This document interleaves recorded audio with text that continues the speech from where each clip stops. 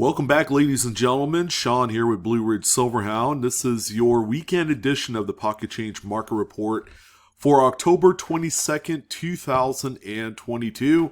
I want to thank each and every single one of you for tuning in this fine Saturday morning as we continue to forge on with coins that people have found and cherry-picked just out in the wild, whether that's going through change, maybe perhaps buying a few bankrolls at the bank, and of course cherry picking your local coin shop or coin show. A lot of these are discovered in that fashion, and they could either be a really nice piece you could add to your collection, or it could be a part of like a little side hustle business where I know a number of people, including myself, that go out and headhunt for these things and then resell them on the open market. So that's another good way of making a few bucks in the process.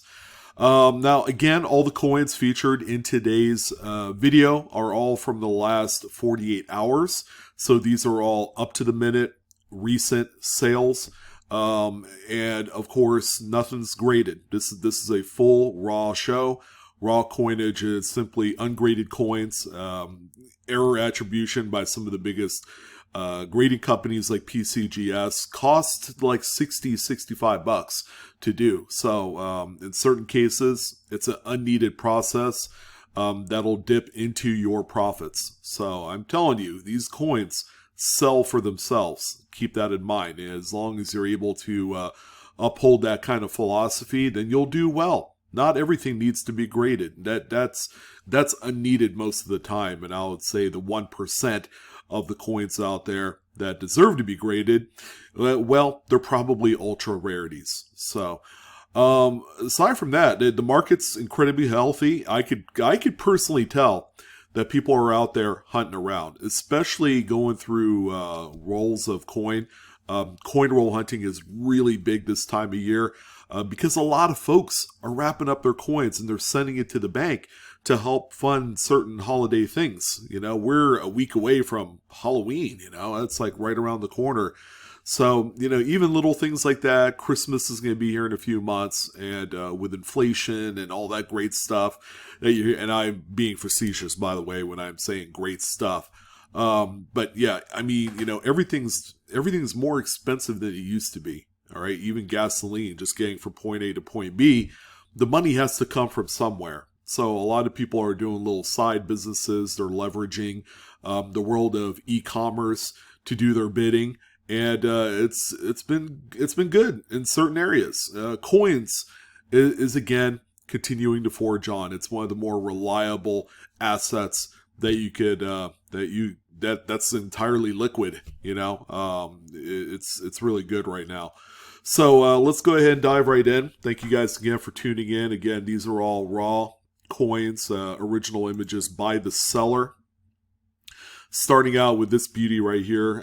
This is a Brian Rybar sale, 1943 P Silver Wartime Jefferson nickel. Always one of my favorites, but when they're in mid-state condition, that's a whole other conversation that really gives these coins a lot more beauty. So there's a number of varieties to be on the lookout for. Some of them are very well known, like in the Red Book or Cherry Picker's Guide. And then there's this whole other tier or group of varieties like double to dies or RPMs that could only be found online through like DoubleToDie.com or Variety Vista. But this one right here is a well-known repunched mid-mark. It is number 17. So the fact that it's number 17 means that there are 16 others before it. Now, I'm sure there's more than 17. But you can see the repunching of the mid-mark. Of course, you guys know that the mid-mark were punched onto the working dies on these. Okay, so sometimes a mint employee will tap the mid-mark in there, and then maybe they'll tap it again. Because maybe it's a little crooked or, maybe it's not to their liking. So that's how you get these RPMs.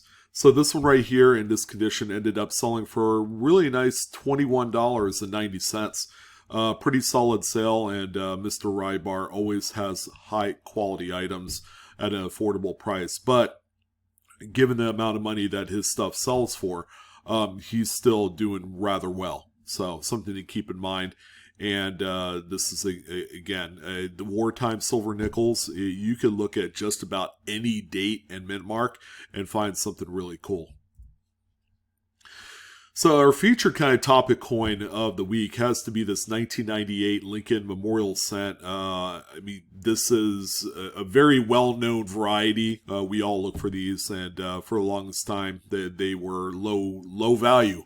This is the wide AM reverse. You can see right there the A&M has a significant gap, which is what you want to find. On the regular coins, they will have the A&M touching or almost touching on those examples. So this one right here ended up selling for $90.59. I mean, I know these things can get pretty pricey when the condition warrants it. I mean, the condition on this particular example is pretty decent. You know, am I going to go out on a limb and say it's the most top-notch example I've seen? No, not at all. But, you know, we've seen a few of like what we consider mid-state or BU for a more generic terminology of these particular coins sell for pretty decent money. I think the last one I highlighted sold for like 40 or 50 bucks. But this one right here kind of puts this one into a whole other level as far as value. I don't know if the $90 is a legit price, but if they're in pretty decent shape like this one is, I would certainly keep that one on the back of your mind. Because, you know, I know graded examples in like high mid-state red can get up to a few $100, you know, dollars for those. So a raw example that's, I would say it's probably mid-state, probably like maybe a mid-state 63 or 64 would still be, you know, like $100 coin, you know, somewhere around there.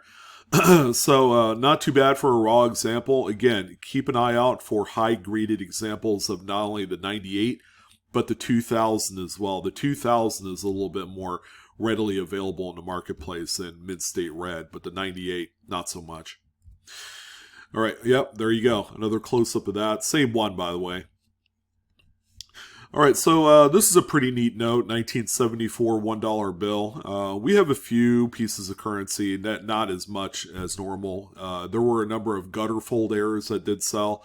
I didn't put those in this week because I seem to talk about that one quite frequently. So how about this one? We have a misaligned overprint. You can see all the district seals and serial numbers are shifted over to the right on this one.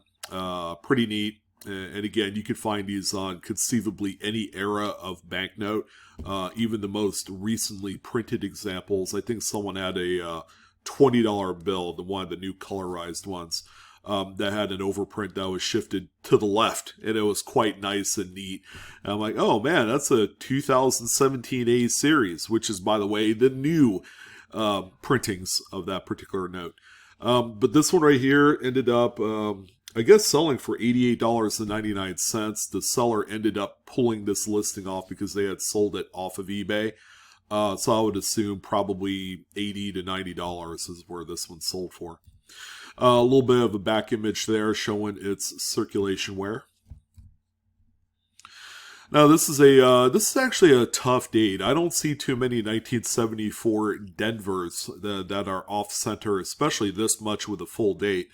Let's call it like maybe 40% off center is what I would peg this one for.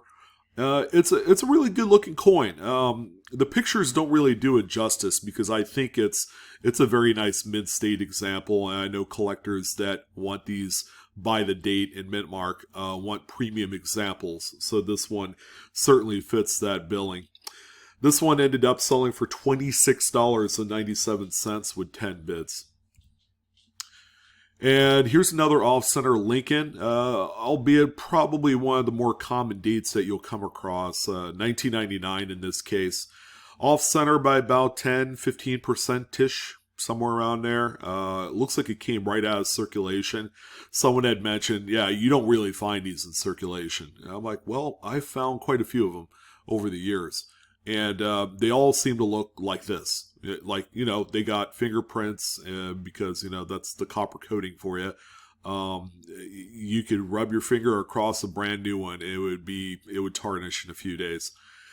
But yeah, I mean, these do come across in rolls on occasion, and some are more minor than this, some are quite like this. I mean, it's still the exact same size of a Lincoln cent as far as diameter. It's only when you get beyond like 20% off center where things get a little bit funky.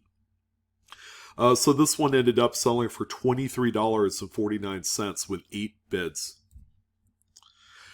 Now, this is one of my favorite dates to hunt for specific double to dies. Now, the 3 major ones are the FS 101, 102, and 103. They're cherry pickers guides. It's even highlighted in the red book, and that would be the 101, by the way. Features really nice, incredible doubling on the motto, "In God We Trust." You can see the doubling even on this example. That I would say is fair graded at about maybe a VF35 XF40. So it's definitely a worn, circulated type. But even with the circulation wear, you get some pretty nice doubling that still shows on this one. You get full-on separation of some of those letters like the T and R in trust, and the E and we is particularly good. This one right here ended up selling for $63.90. Which is a really good sale, but also at the same time, because of what it is actually a very reasonably priced variety. If you're looking for something big, where you're not spending hundreds, if not thousands of dollars, this is a really good coin to get, along with the 102 and 103. They all seem to be relatively affordable. Now, some would say that this one's pretty weakly struck. However, the dead giveaway on this particular coin that makes it something else other than like a strike through is that you have weakened areas on both sides of the coin in that same spot, which leads me to believe that this is indeed a tapered planchet. So the planchet on one side was a little bit thinner. When it strikes through, it doesn't strike the full amount of devices on there because of how thin the planchet is on that side. You'll notice that the rims on both sides are very weak. They're not struck up the way that they should based off of metal flow. So this 54 here is a really nice example, by the way. You usually see these in much lower grades. This one sold for $19.99. Tapered planchet strikes are generally not the most coveted errors out there.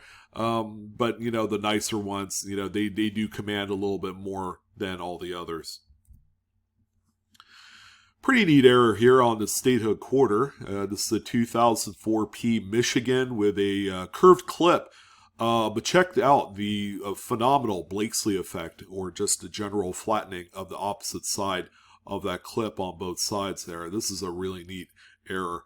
And statehood quarter errors have always been collected, more so 10 years ago than today, but I think some of the more radical type of errors on statehood quarters sell for more today than they did 10 years ago.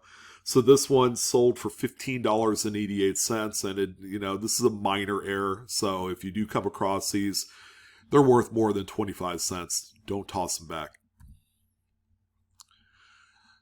All right, another good one here. This is a 53 S/S RPM 1 cent. This is the wheat cent variety type.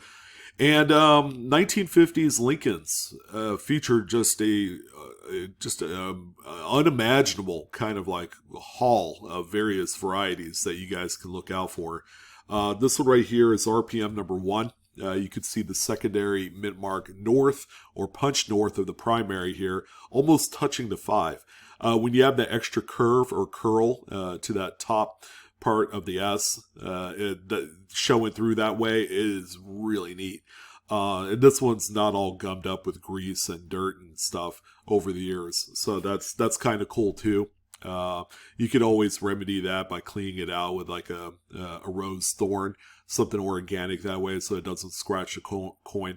But pretty neat. I mean, this one not too bad. $18.50 was the final sale at 19 bids. So there were a few people definitely interested in this. Now, it doesn't look fancy, but this one right here is a reasonably good example of a 1992 Lincoln Memorial cent that exhibits a struck through obverse. So you notice some of the weakening, some of the actual letters in the motto and Liberty are completely missing. And then you do have a little bit weakened of a digit for the 2 in the date that's on there too. So that obverse die or the hammer die probably had a little bit of grease on there. So when it strikes through that grease, it'll definitely weaken any areas where the grease is built up on that die when it transfers the design onto the host coin like you see here. This one sold for $11.49. I come across all these quite often, so make sure you're looking out for them. They're even being found on new 2022 coins as well, these strike-throughs. So always a good fair amount of money for these. So again, they're worth more than a penny. Here's another neat broad struck nickel. This particular seller has quite a few of these because I always see like a few of them sold every week. This is a 1999p with a pretty nice sized broad strike. It's very well centered at that. The coin is in really nice shape. This was probably found in a mid-sewn bag, the ones that used to be distributed from the mint to the Federal Reserve banks. We'll typically have some of these really cool, not often seen errors because this coin right here is probably close to the size of a standard US quarter. So the only other way that you would know you'd find one of these would be in a roll of quarters. This wouldn't necessarily fit into a roll of nickels, nor would it be able to go through the machinery in order to get packed into a nickel roll. So this one right here sold for $20. All right. It's a common enough date that we've seen a number of these.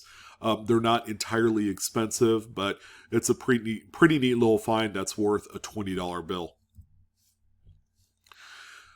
Now, oh, my heart skipped a beat. This is a really cool set here. 2021 Lincoln Shield set. This is a 2-coin lot, so it has the K3 to K7 die crack and cud.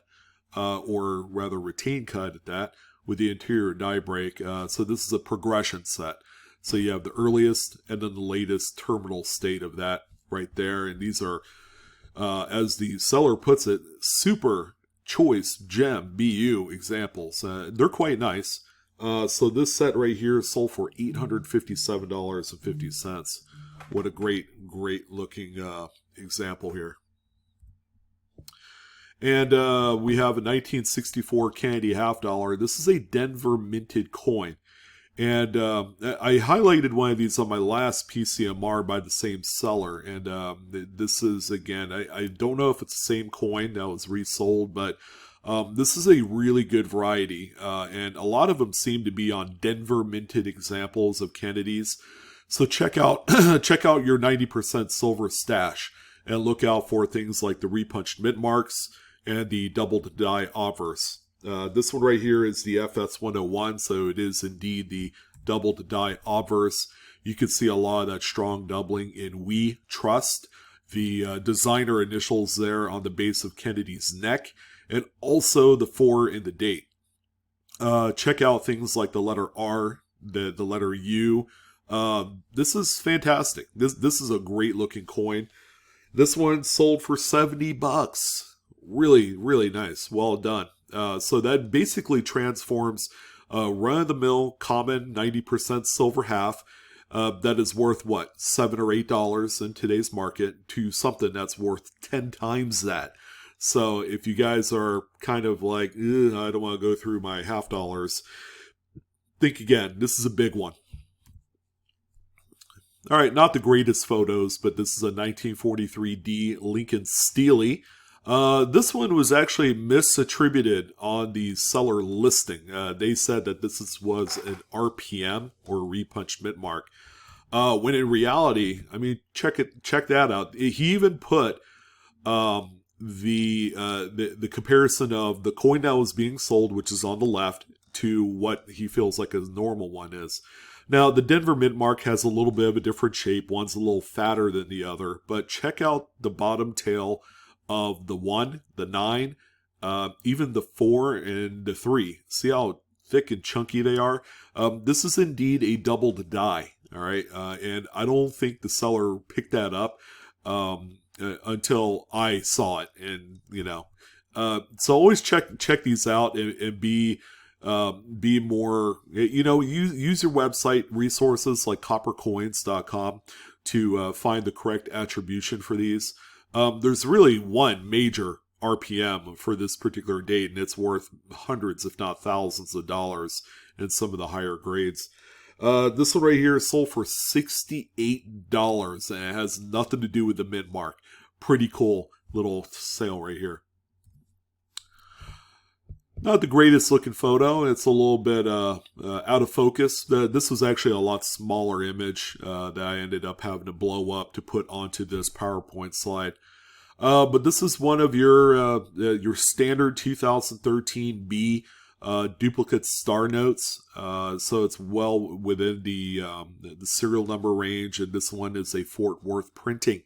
As you guys know, the BEP printed the same serial numbers for the same date and same district from both the Washington, D.C. facility back in 2013 and at the Fort Worth facility in 2017, early on in 2017.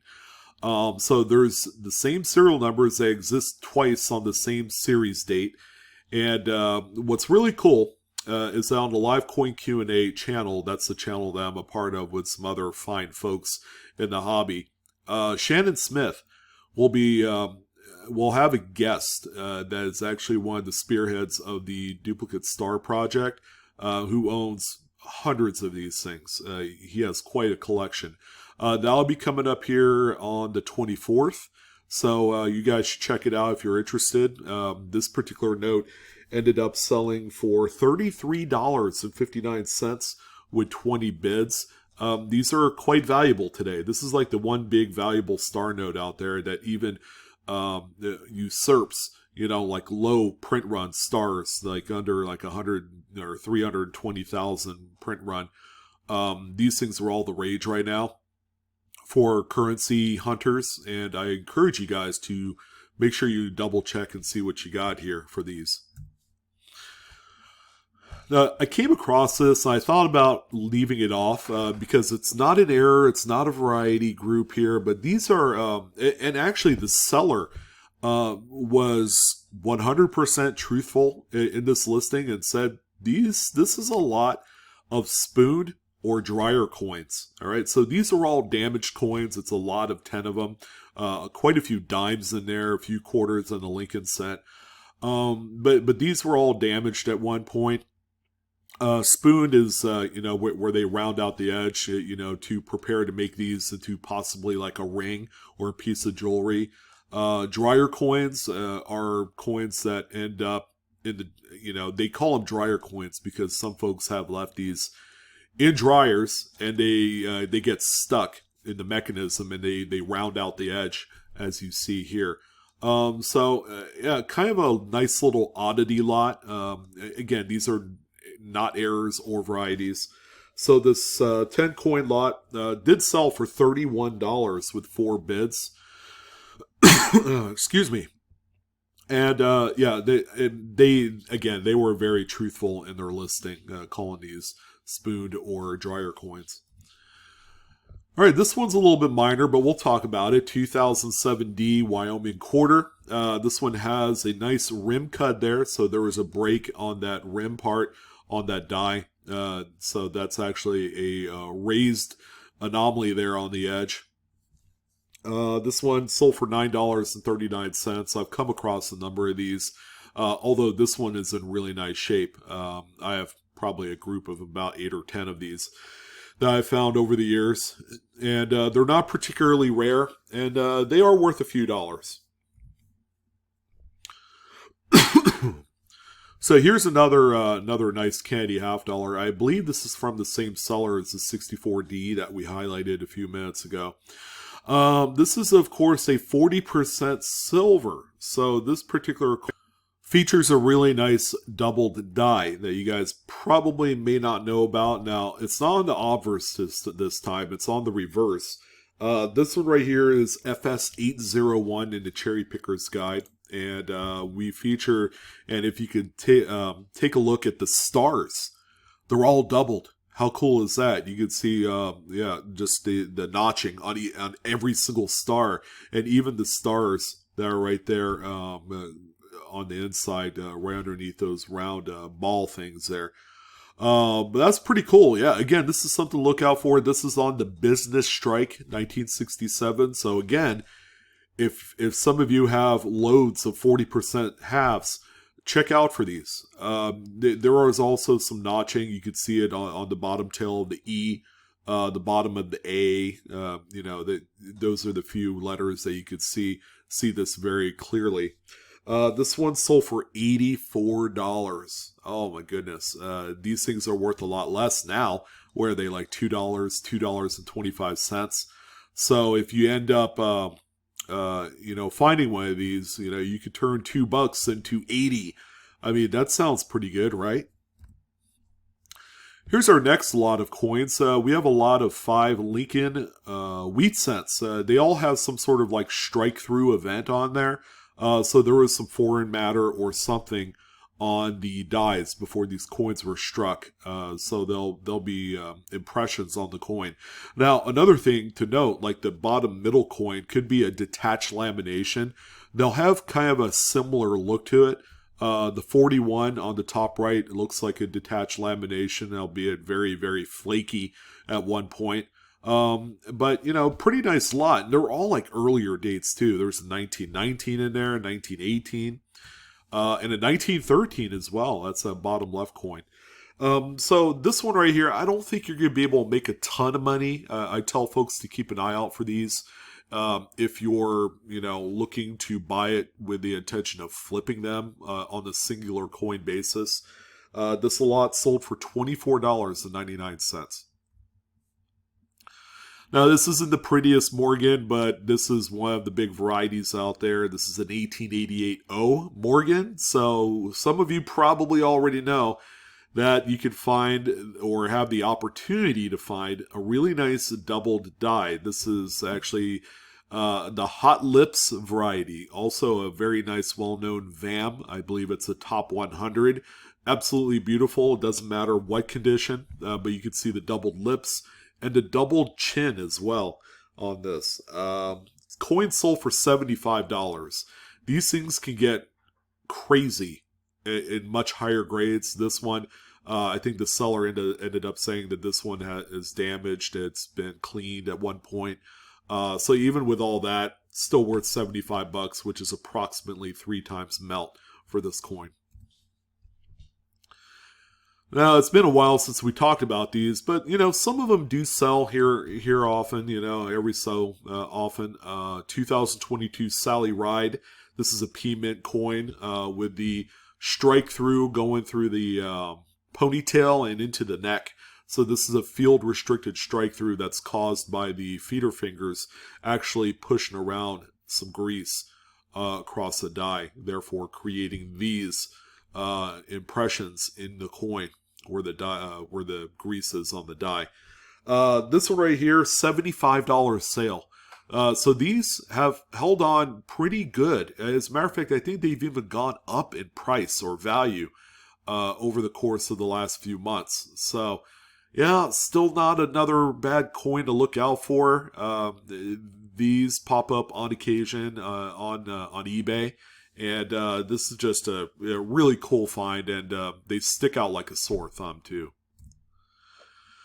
All right, we're not going to spend too much time here. This is an off-center struck Roosevelt dime. No date is present there. $22 sale, only because I'm going blind right now. Here's a more modern $20 bill. This is a 2004. Now, what's cool is that this is a star note. The number is relatively low numbered. It's a 5-digit. It's not too bad. It's not what I would consider a true low number or low serial. But check that out. A miscut. A miscut on a star note. Star notes are used to replace damaged or misprinted notes. So this is kind of like the touch of irony that we all look for here. This one ended up selling for $54.60. The note has issues. It's got a pretty good sized tear right here with a little missing piece right there, but and a teller mark on the reverse, or a few of them. $54. I would trade that for that all day long. So this is a much better looking Roosevelt dime that you're not going to go blind looking at. This is a 1983p. This is an uncentered broad strike. So again, that collar was missing during the striking process, thereby leaving a lot of the metal flow going outwards, and not being stopped by anything, that's for sure. This coin sold for $26.50 with 15 bids. Here's another good one of the more common dates of the Buffalo nickel. Two feather varieties. So this is caused by an abraded die where they overpolished that third feather in this area right here. All right, so these are Cherry Picker's Guide varieties, and folks are always looking for these. This particular example sold for $39.99. Coin's not in too bad a shape. You know, it's kind of average. But keep in mind, these have quite a bit of value. And here's another Brian Rybar piece. This is a 1951 D over D RPM. Another good date here. This one is RPM number 1. So you can see the secondary Denver mint mark is punched southwest of the primary. Brian supplied these black arrows so that way you guys can see what I'm seeing and what everybody else is seeing. This coin sold for $28.90. It's just a really nice example. Premium BU red, I would assume, with a few carbon spots. Not too bad still. All right, this one's neat. This one looks like it was cherry-picked from a dealer at one point in the past. 1863 Indian head cent. This is the thick copper-nickel white cent. But however, take a look at that. The front of it looks off-center, but the back of the coin looks okay. You know, like there's no centering issues. Misaligned dice error right here. So that obverse die was a little bit loose, thereby creating an off-center strike on the obverse of the coin compared to the reverse. This one sold for $75. Again, any run-of-the-mill, nicer error on some of these obsolete type coins are always going to be highly sought after. Here's a little bit of a minor coin here, 1961 Lincoln Memorial. Based off of the condition of the coin, this thing had floated around in circulation for quite some time before it was discovered. It looks like it was struck through on the reverse by a detached lamination from another coin, because you can see where it folded right here. And this is just really neat coin. This is one that's sold for $15.60. So again, if you come across these and they're, you know, a little worse for the wear, they're worth more than the penny. That's going to be the theme for today. And this one here as well. This might be a record-breaking sale of a 2018 with the massive strike through on the reverse. Again, that's all brought upon the feeder finger style of strike through. So it's a bunch of grease that's been pushed around on that the reverse die there. Very nice example. This particular one sold for $228.72. The last number of these I've come across, they all have sold for like $40 to $80. So this one was kind of like out in left field sale. Someone really wanted it, and as far as I know, there are no other examples on eBay as of right now. So a little bit of FOMO play here ultimately led to a big sale. Now, this has been one of the more impressive off-center strikes I've seen. This is a Connecticut 1999 Denver out of all coins. Off-center by about 10%. Good-looking coin here. I bet it was probably scooped up by a date set collector. This one sold for $41 with 19 bids. So that's a pretty good amount of money. And the coin looks like it's circulated a little bit. 1945 Lincoln Wheat with a cut on the reverse. I actually owned a few of these. And that's just by going through a lot of wheat cent bags back in my day. So I found not only the full-on cud that you see here on the reverse, it's there on the right-hand side at the 4 o'clock position of that coin.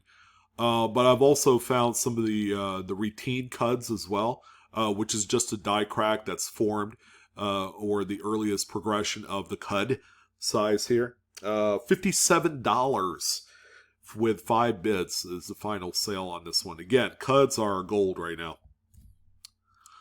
Here's just a really nice example of a flying eagle. Again, coins and cards continues to knock it out of the park.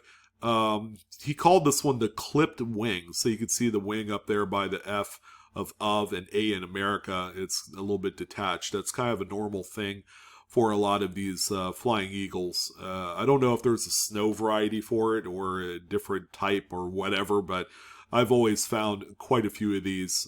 So nothing incredibly too special. But hey, yay for type coins, especially this nice. I'd call it pretty close to like an AU 50 or 53. This one sold for $442. That's with 39 total bids. Goodness gracious. These things just continue to get expensive when they are just wholesome, problem-free examples. And then finally, of course, we got to talk about it. The white 400-pound elephant in the room. 2022P Maya Angelou. Double the die reverse. I've been chronicling the market for these, and they have been jumping up. But most of what we've seen in the marketplace has been the VDDR number 1, which is the more common doubled earring, as you can see right here. There's also a VDDR number 2 and number 3. We've seen a few number 2s out there, and maybe one number 3. That's how rare they are. So the number 1s have been enjoying a pretty nice progressively moving market. These things used to be $25, and they've gone up a little bit. This one ended up selling for $41 with 25 bids. So this is kind of like all the rage right now. If you find these and you need a few bucks, this is a good coin to hunt for sure. So yeah, I mean, that's going to go ahead and do it for this one, folks. Enjoy your Saturday hunting today. So hopefully you got a little inspiration to find some of these big coins like a lot of other folks did. I'm your host, Sean, with Blue Ridge Silverhound. Don't forget to love, share, subscribe, and follow me on TikTok at Blue Ridge Silverhound. But that's going to go ahead and conclude for today. I'll see you guys again next Wednesday for another PCMR episode. So until then, you guys take care, keep hunting, and Coinaholics, we are discovering together. So long.